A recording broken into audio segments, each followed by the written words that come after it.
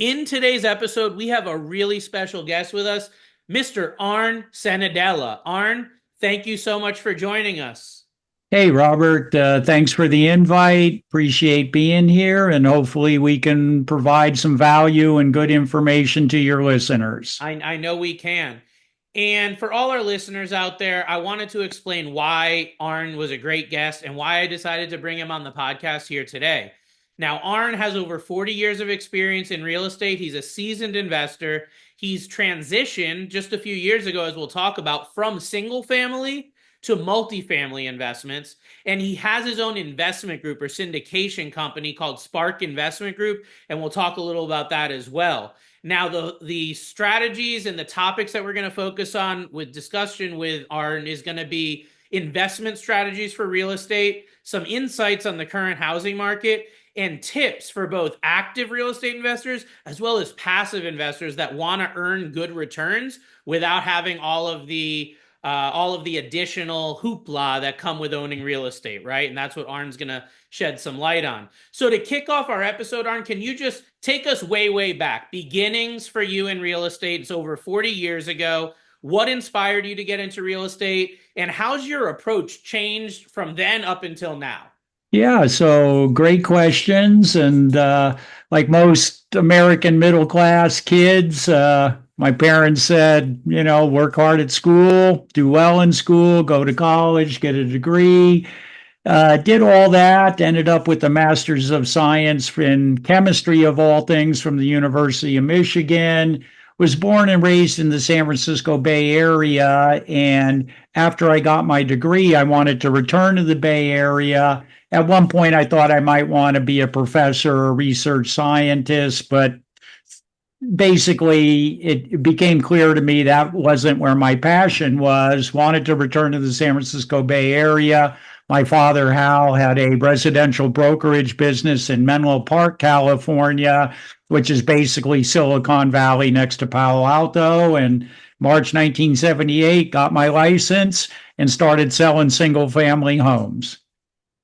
Okay. So take us from then to now, your approach, because back then you were just selling real estate as a realtor, right? Real estate agent. Now you're Correct. running a syndication company. Obviously, you've matured a lot, but how's your actual approach to real estate really changed over the years, would you say? Yeah, so my father was a big real estate investor himself, which is sometimes unusual. It's amazing to me how many brokers don't also invest in an asset that they should know. So I Mm-hmm. was a single family investor for 30 years.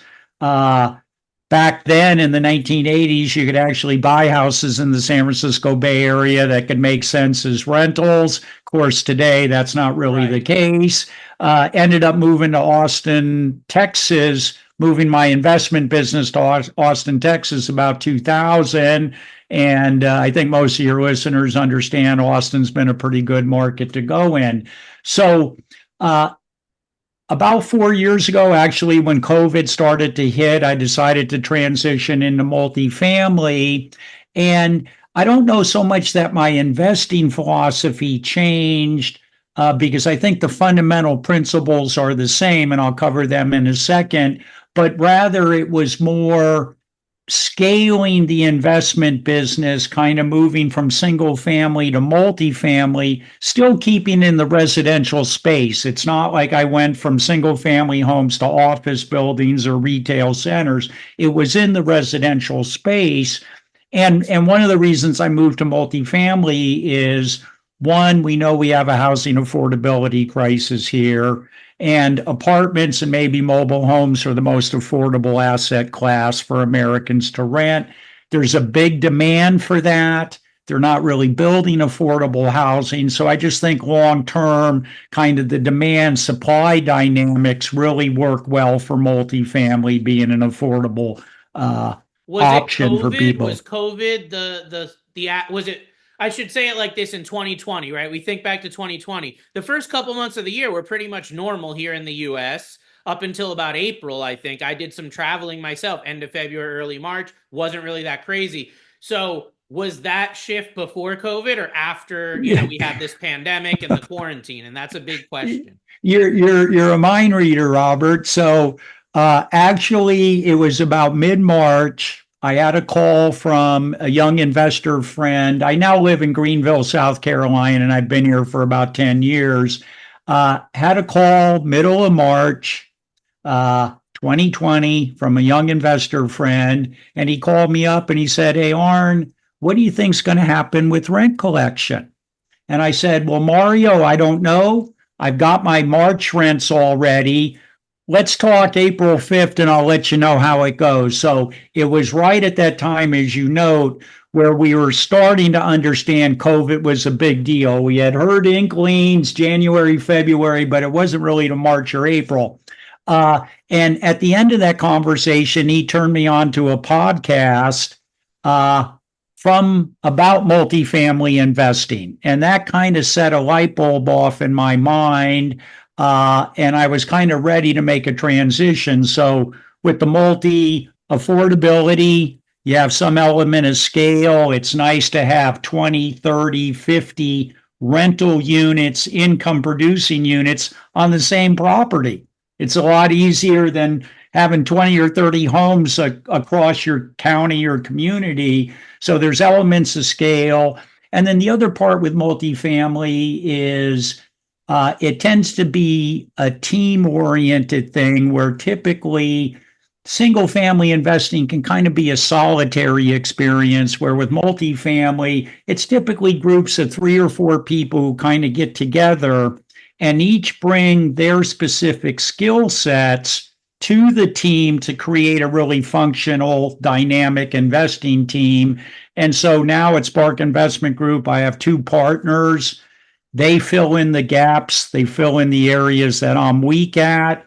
They allow me to do what I do best. And so that was another reason to kind of make the move to Okay. multifamily. So Yep. I think the transition that you had from single family to multifamily, it sounds to me like it's almost the stereotypical transition that almost any real estate investor will have, right? So you're in the real estate business and you're selling one home at a time, one single family home at a time. And obviously, decades ago, affordability was a lot higher in San Francisco. So I can imagine you were, like you said, looking to scale. You could only sell one house at a time. But multifamily, you can sell one project, one product, and that might be 5 times or what you would make on selling one single family home, right? And I think no matter what the numbers are, the math is really the same. I think even today, multifamily homes are, or multifamily real estate are a multiplier more valuable than a single family home, right? So it's Yeah. going to take so many single family or 2 family houses to equal one multifamily deal. So I think a lot of people have that, whether you're selling real estate or you're just a real estate owner, right? A homeowner with one property going, how do I turn this into 10 properties? How do I turn this into 20 doors, right? Multifamily investments are definitely the way. And I think majority of real estate investors come to that point, right? Where they say, why am I doing this? I need to transition. So can you talk for just a second to all my investors out there that are having that thought right now? I need to get from single family and go to multifamily. It's not 2020. It's a different market right now. We talked about what motivated you, so I don't want to really delve into that, but more, what advice do you have to people right now in 2024 that are saying, I want to move to now multifamily investing? Yes. And you can imagine, we all know managing one rental house is some work. At some point, I accumulated about 30 of them. And so the work was multiplied by 30. And so by going to multifamily, you can kind of minimize the work because there's kind of a rinse and repeat aspect to it. So I would say if somebody wants to start to invest in multifamily, of course, the first kind of question is, do you want to own the property individually and kind of be actively involved in managing it? That's perfectly fine. Do you have the time, the capital, the knowledge, and the energy to be able to do that? Or do you want to invest passively through kind of syndication models? And that's what we do at Spark Investment Group, where we allow individuals to invest. And in our deals, you don't even have to be accredited. We Right. take sophisticated investors where our investors get the benefit of owning real estate without, let's say, the headaches or the drama, as you alluded to, of owning rental properties. So that's kind of what we do. So if you want to be active, I would say select a market and really drill down into that market. Get to know the brokers and the property managers and the lenders that deal in that market.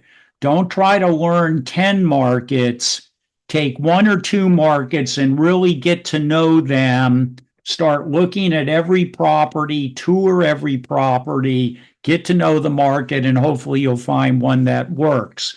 Uh, as a passive investor, what you're really maybe first looking for is finding operators, sponsors, general partners, that's what I do, who maybe one, do deals in a market you like. I'm in the Southeast. I love the Southeast, but people love the Midwest now is very hot. Kansas City's hot. Florida's big. Texas, Boise, Idaho, the Mountain West, Arizona. So there are a lot of good markets. So try to ascertain what markets interest you and then find operators who work in that market. And generally, podcasts are a great way to make connections with Mhm. operators. You can also get on social media. Now, Spark Investment Group, we primarily do so-called 506B syndications, which are available to accredited and sophisticated, but we cannot advertise specific investment opportunities. So you need to make a connection with the operator. And as the relationship develops, you will then be presented opportunities. So I think those are the two tracks people can consider. Both are wonderful. I think it's just a matter of how much time, energy, and capital one has. Yeah, no, I agree. There's a couple things I want to hone in on from what you said. The first thing is that as a real estate investor, you have options. You can choose whether you want to be an active or passive investor. And I think when I started out delving into multifamily and commercial, I didn't realize that there's a syndication option. I didn't realize that I could get involved in some of these deals with, depending on the scenario, like $10,000, $20,000, $50,000, right? I mean, these are amounts you couldn't even put a down payment on a lot of these multifamily deals with that, let alone get involved in the deal, right? And because of syndication, the stuff that Arn's talking about, it just opens up this whole world. So I think if you're someone who's hearing about this syndication idea for the first time, hopefully this is a light bulb going off. This is something that went off for me in 2011, and I've now been able to build seven-figure portfolio of passive real estate because of it. And the other thing I want to point out is the geographic locality of real estate. It's so important, right? It's all about location. And any realtor or real estate pro is going to tell you, like, to manage buildings and do deals from halfway across the country, it's not impossible, but it is difficult. And the syndication aspect takes that all away because you're invested in deals anywhere. I mean, I'm invested in deals in California, Idaho, Utah, Texas, Florida. I haven't been to these properties once, yet they're depositing money in my bank account every month, every quarter. And it's really a cool concept because, again, I always was thinking, well, you got to have, a seven-figure check to get involved in those deals, or you have to write just a large check, 150,000. That gets rid of almost anybody out there, right, that wants to start out. But to my investors out there, when you start delving into this and realize there's syndication opportunities, like I said, with really low investment amounts, and you could take the 20, 30, 50 grand you were going to put into a deal and get that into multiple deals. In real estate, diversification is just as important as it is in the stock market. And it's almost impossible to do without taking on the strategy like syndication. So I'm passionate about it. I've used it. You do it every day, Arn. Obviously, you've built a company doing it. But I think that, to piggyback on what you said, as an investor, you need to figure out what path are you going to go on, active or passive. And if it's active, then you need to be very niche down in a geographic area, as Arn said. Don't try to be a jack of all trades and invest anywhere that's hot. No, find an area near you, get really familiar with it, know the players, meet the agents, get the lending relationships. Build that foundation, and then you can move forward confidently. And if you don't want to mess with any of that, then do syndication. Because again, that's what I've done. I just didn't want to deal with that day to day anymore. Syndication solves all that. So that's why I'm so passionate about it. To my real estate investors that are just starting out, when they're trying to focus on like, what should I be looking for in an investment in multifamily? Me personally, I focused always on cash flow. I looked at the deal as if there was going to be no appreciation. And because of that, I was able to vet strong deals. So what do you say as a multifamily expert, been involved in a lot of deals, cash flow versus appreciation right now? What are you looking for? What's the secret? What should investors be focused on? Yeah, so that's a age-old debate in the real estate industry, and I'd submit there's maybe not one right answer because I think each investor is unique, and somebody who's 35 entering their peak career earning years is going to have different needs and desires, different risk reward tolerances than somebody who's 60 years looking for the off ramp. So cash flow is absolutely necessary. The way I look at it, when we buy a property, we invest a certain amount of capital into the property. From there on, day one, we want that property to be self-supporting. And basically what that means is the rent, less all the operating expenses, taxes, insurance, repairs, property management, and less debt service produces a positive cash flow. So positive cash flow is absolutely necessary. And then from there, I think how you balance cash flow versus appreciation is kind of an individual choice. The other thing I would say is as a passive investor, you have the ability to diversify geographically with asset type. You could buy part of a new luxury Class A building in Dallas, Fort Worth. You could buy a workforce value add property in Phoenix, Arizona. So you can diversify your money geographically with the type of property and so forth. And I'll circle back to the local aspect because I do believe real estate's very local. We're in Greenville, South Carolina. We basically only do deals in the upstate of South Carolina. So I believe local knowledge is really good, really important. So when you're looking at potential syndication opportunities, one of the things I would look at, in addition to cash flow and the return metrics, is who's the sponsor, who's the general partner team. And the next question would be, are they a specialist in the type property that they're marketing to you now? So, for example, one could be a great operator in Dallas, Fort Worth with 1970 value add type property. And they already own 5 of those type properties in that market. So as an investor, you would know they pretty much have the property management nailed. They probably have the renovation contractor nailed. They know that market. They own 5 buildings in the market. They're just buying another one. So is what they're offering you kind of what their specialty is? So if that operator then turned around and offered you a new Class A building in Charleston, South Carolina, I might pause a little bit because do you own anything else in Charleston, South Carolina? Do you own any other type properties like this? So look for sponsors that have that niche, that proven track record in that market with that type property, and you really increase your probability of a successful investment by doing that. No, that's a great point. And I think one of the biggest metrics of success, specifically on the real estate syndication side, is the sponsor. Because you could buy the best deal, get it under, get it under contract below market value, have a great plan, but if the experience isn't there, if the team isn't there, because these are big projects, multiple people, different companies involved, it's all run by the sponsor.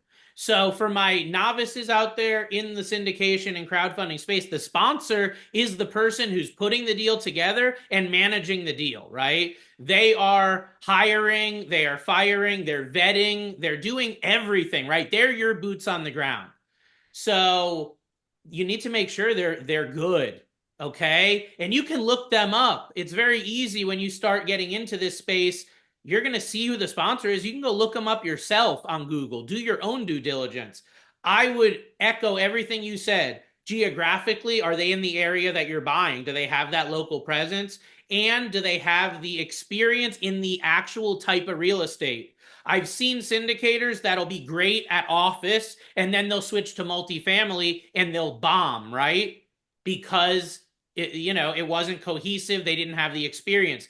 You can lessen your risk significantly by making sure that those two pieces of the puzzle are there, and that's it. If you don't do anything else and just make sure that that sponsor is local and they have a lot of experience. When I say a lot, I mean at least 5 years to me, not less than that. The more, the better. Then you take away a lot of that. You de-risk your situation. And when we're talking about real estate syndication, we're also just parallel are talking about real estate crowdfunding. Crowdfunding today online is the same way of syndication of the 70s and the 80s and the 1990s before the internet was around. So we're using those terms like interchangeably. With that being said, it's a volatile real estate market right now, especially in multifamily and in commercial in general. There's been a lot of ups and downs over the last couple of years.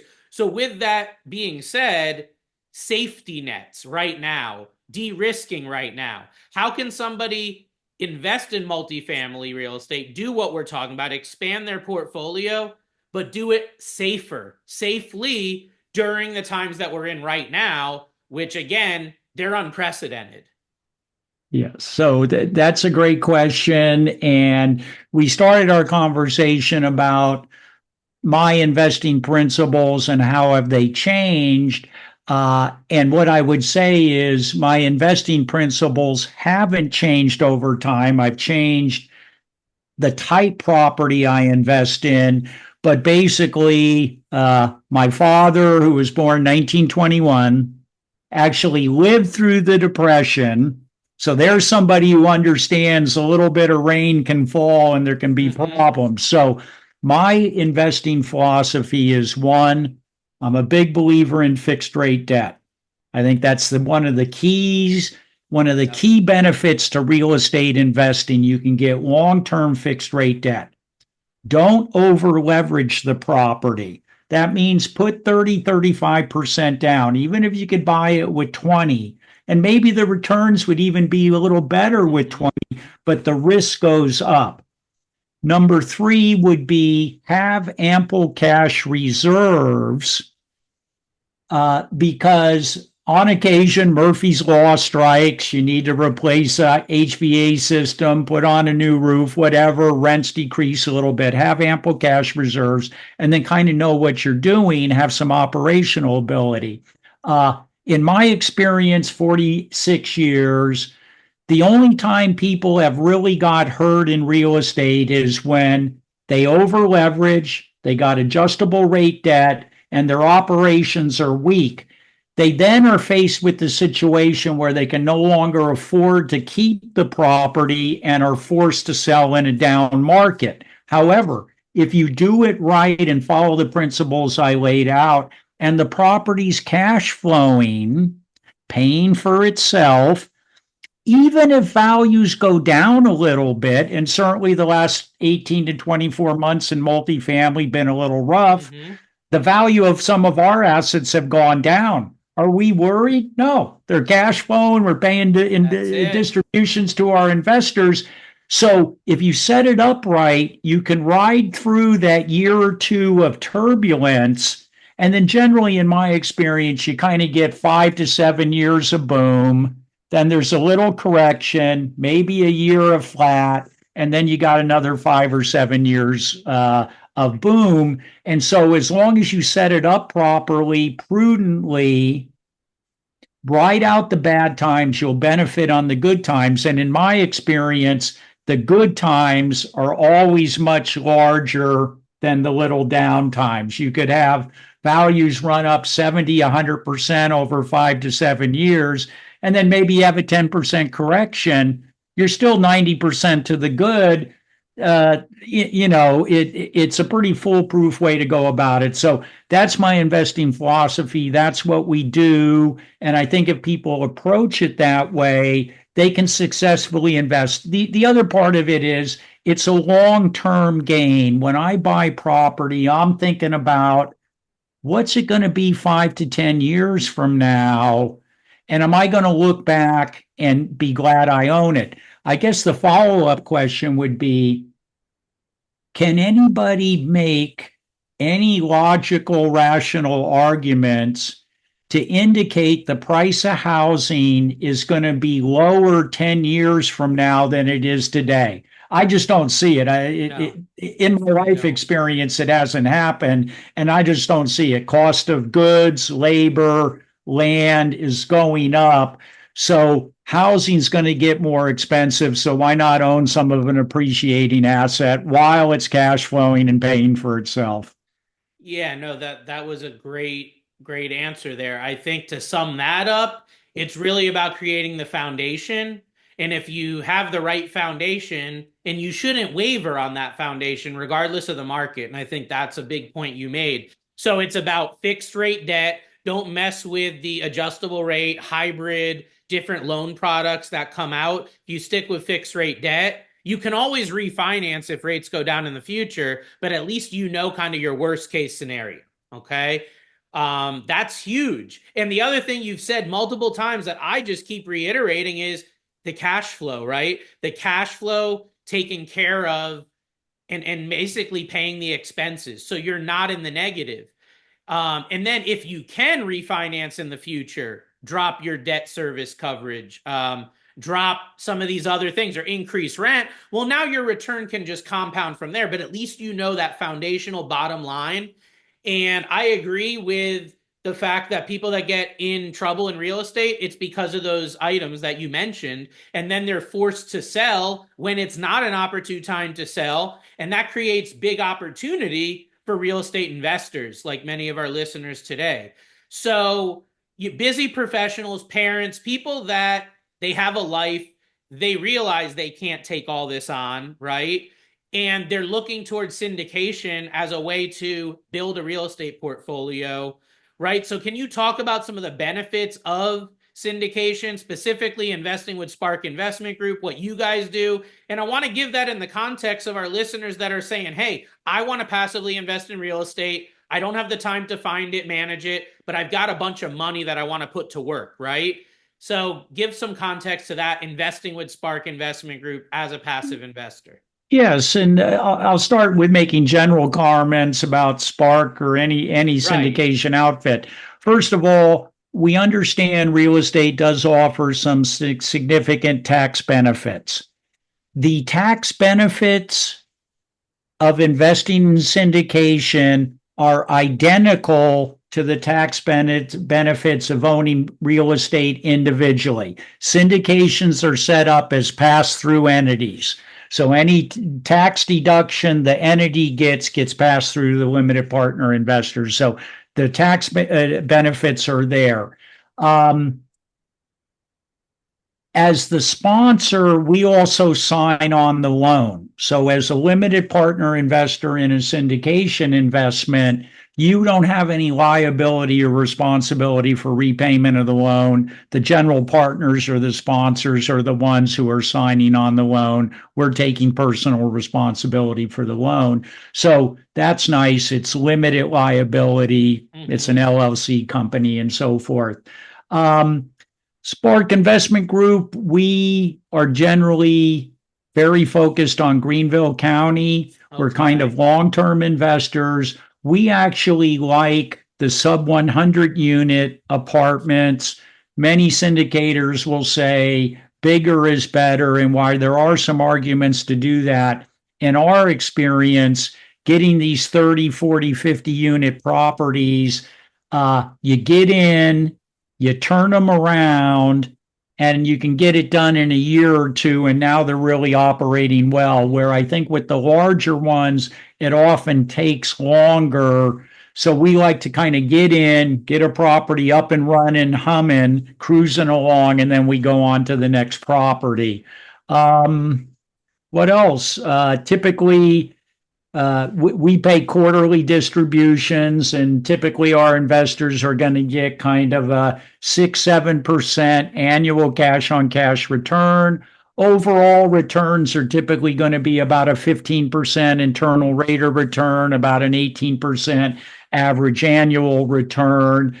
The other thing I would say about our investing approach, we don't swing for the grand slam. We don't swing for the fences. We aim to hit line drive base hits. That's how I've invested for myself. That's how I was taught.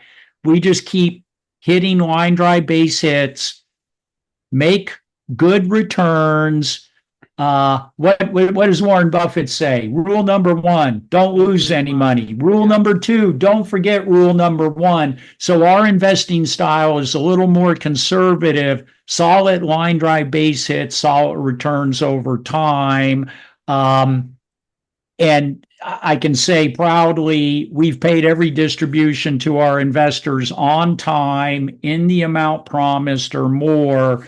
And this is at a time where many syndications, they're pausing distributions, or the operators are saying, hey, we underestimated the capital expense. Yep. You need to invest more money. And like Robert, I'm also an LP investor in probably about 10 syndication deals. And it would drive me crazy if my operator came to me and said, hey, Arn, we're in trouble. You need to put more capital in. So, oh, yeah. So that's kind of what we do. And, it's set it and forget it, yeah. And that's what I love about it. So for those that are looking for that, this could be a great addition to their portfolio. And I would incentivize everyone that's looking for diversification to work with multiple syndicators. Nobody's saying that you have to put all your eggs in the basket with Arn at Spark Investment Group. But I would look at it as, hey, maybe I do a deal or two with Arn at Spark, a little more conservative, a little bit more foundational, right? Not swinging for the fences. There are other syndicators out there where you can invest 25, 50, 100,000, and they will go and do development deals or repositioning deals, right? Where they're taking like a class C property, doing a bunch of renovation, turning it into a class A and increasing rents. That can take years. That can, entail a lot of risk, right? So there's nothing wrong though with having that in your portfolio. One of the beauties of the syndication and passive real estate investing is that you can have all of this for the same price as you would buy one single family home. And let's not get away from that, because that's what continues today to attract me to the space. That's why I continue to do passive real estate investment, and I'm doing syndication instead of active investing. Okay. I found in crunching the numbers, as a lot of investors, when you really get down to the brass tacks, you're not making more money when you're directly investing versus having a sponsor, having a syndicator that does this whole deal. When all the smoke clears, if you're only ending up with a 15% return, then why do 15% working 10 hours a week when you could do that same return working 0 hours a week? Well, maybe going into your bank account and checking if they deposited your return every quarter or every month, right? Yeah. So I hate to misdirect people or say don't do direct real estate investment. I really don't like doing that because I'm a mortgage originator. I love helping people buy homes. And I agree, even to this day, you got to have a place to live. You got to have a place to put your head at night. You might as well own it, right? It's a good investment over the long term. But when we branch out from that and talk about multifamily, especially if you're new in real estate and you don't have a lot of experience, there's not many options that I can think of that are as attractive to get into multifamily, where I could literally get you in within the next 30 days. You could get into a deal. Yeah. Syndication is what makes that possible. Eh, But getting away from that for a second, Arn, as we wrap up here our conversation, pitfalls. People say, no, I want to do this myself. I want to be a real estate investor. I want to do it directly. I'm going to go find my first building to buy. I've got the capital, I've got the motivation, I've read the books. What are some of the biggest mistakes you see with those first time investors trying to delve into direct investing on their own? Well, so one, often they think it's easier than it really is. Uh, Screening tenants, finding suitable residents for your property. Uh, there's nothing worse than having to go through an eviction or dealing with a tenant who's destroying the property. So, beginning investors often have a hard time figuring out a good system to properly screen tenants. And of course, on the other side, there are fair housing laws that you need to know and follow to understand in the leasing process. I think the other issue often is people underestimate what it's going to cost to do certain things or underestimate the cost of repairs and maintenance. And so they don't properly budget for the HVAC system going out 2 years after they buy the property, and that's a $10,000 bill. People who live in high cost areas, like the Bay Area, you wouldn't really buy a single family house in the Bay Area. So maybe they go to Kansas City, Kansas, or they go to Charlotte, North Carolina. Uh, Trust me, the other investors and the brokers in those areas kind of understand you don't really know the lay of that land and property. So I think another big mistake is buying in locations that you don't quite understand. And we all know in our own community, you could be on one side of a street and it's a fabulous area. Mm-hmm. Go on the other side of the street and it's not so fabulous.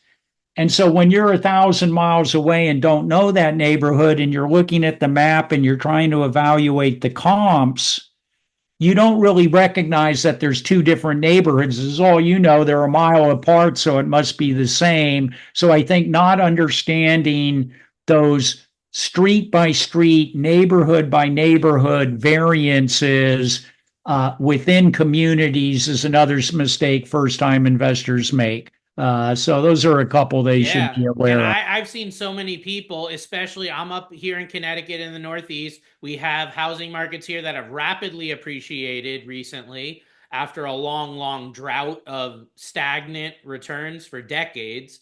But with that being said, some of the major metro areas around here in the Northeast, Boston, New York City, Philadelphia, right? There's certain locations you go and start looking at multifamily stuff around there, and it's like, I don't think it can work, right? So then you branch out. And I've had so many that have said, no, I'm not going to invest in Connecticut. I'm not going to invest in New York. I'm looking at the Midwest, right? Everybody's looking at the Midwest. So many cheap properties, and cash on cash returns. There's all this stuff that's attractive. However, they leave out the fact that you're not local. And I've seen so many very astute investors, very smart people, and they crash and burn when it comes to investing out of state. I think a lot of that is the team that you have, like we talked about sponsors, what team you're working with, the whole team, the real estate agents, the lender, the attorney, the title, like it's all part of your wealth team. You either vetted them or you didn't. And the more you go out of your locality to try to direct invest, I would just tell you it's not even worth it. I'd 100% be going syndication if you're trying to invest more than 100 miles away from where you are. I just don't think it's realistic. The risk is too high. And you could take that same capital as we're talking about and put that into multiple projects. Maybe that means 2, maybe that means 10, right? But it's diversification, it's de-risking. Yeah. So timeless Eh, lessons. Go ahead, Arn. Well, so the one thing I might jump in on to further educate the listeners about syndication is as a general partner, we are compensated for running the deal. But what I would say is almost all of our compensation is paid at the end of the deal and is directly proportional to how well the deal did. So the better the deal does, the higher the compensation for the general partner. Mhm. So the point there is the general partner is extremely motivated to run these deals profitably and increase the value because our compensation, our share of the profit is directly related to how well you do. Mhm. And so it's a good alignment of interest. It's a performance based compensation. If we double the value of that property and you get 100% Mhm. return on your money in 4 years, we get well compensated, but you get really well compensated. So just so No, the I love listeners know, that. the back end, the compensation's back end. I love that. I'll piggyback off that thought and saying that one of the metrics that I look at specifically when we're talking about syndication and the sponsor is, does the sponsor have their own money in the deal? If the answer is no, be weary. But I love looking at a syndication where the sponsor is putting up 10% of the capital needed, because that means their money is where my money is. That means we're on the same page. So I agree with that. And I think that's just an extra layer of de-risk, an extra layer of potential profitability and a good investment by making sure that your money is aligned with the sponsor's money or whoever you're working that deal with, right? So that's huge. So, last question for you, Arn, as we're going a little over here, but all your time in the industry, residential, multifamily, all this, 1,100 units, 100 million plus, real estate portfolio, key lessons that you've learned, timeless things that were the same 10 years ago, 20 years ago as they are today, because people will be listening to this podcast in 2034 wondering, what are some timeless real estate investments, specifically multifamily tips for investors, whether they're active, passive, or anywhere in between. Yeah, so I'm a big believer in buying quality properties in quality locations. Uh, the numbers sometimes can look a little better on paper in some of the inferior locations, but I think what you may find with experience is those don't perform as well in real life as what you estimate. So to me, look for good properties, quality locations, invest for the long term. We've already kind of covered it. Low leverage fixed rate debt. Yep. Let time, inflation, and population growth win the day for you. And so that's how I would go about it. I love it. Simple and straightforward. And that's what it's all about, because people try to overcomplicate this. It's like multifamily real estate and real estate in general. It's not that complicated. Don't get greedy. I heard kind of that through your conversation with me is, real estate can provide a great source of income and a great source of appreciation. But if you get greedy, if you swing for the fences, if you make unrealistic assumptions, you can really hurt yourself and set yourself up for failure. So, I Correct. mean, it's been an absolute pleasure and an honor to have you on, Arn, today. I think our conversation opened up a lot of people's eyes to real estate syndication, as well as some of the pros and cons of direct investment, because I really don't think people even talk about this enough at all, especially bridging that gap between both types of real estate investment, whereas most people don't realize that there are different types that exist. So, thanks for your insights. And to all our listeners out there, if you found value in our episodes, subscribe to the channel, leave us reviews, and of course, make sure you tune into our next episodes moving forward. And Arn, can you give everyone your contact info where they can reach you in order to partner up and get more information about what you're doing? Yeah, thank you, Robert. So I'm very active on LinkedIn and Facebook, either under Arn Cenedella or Spark Investment Group. Website is investwithspark.com. No spaces, no dots, investwithspark.com. Lots of information there, educational about syndications and so forth. Absolutely. Well, I appreciate it, Arn. Again, thank you for your time. And to all our listeners, we'll see you on the next episode. Take care.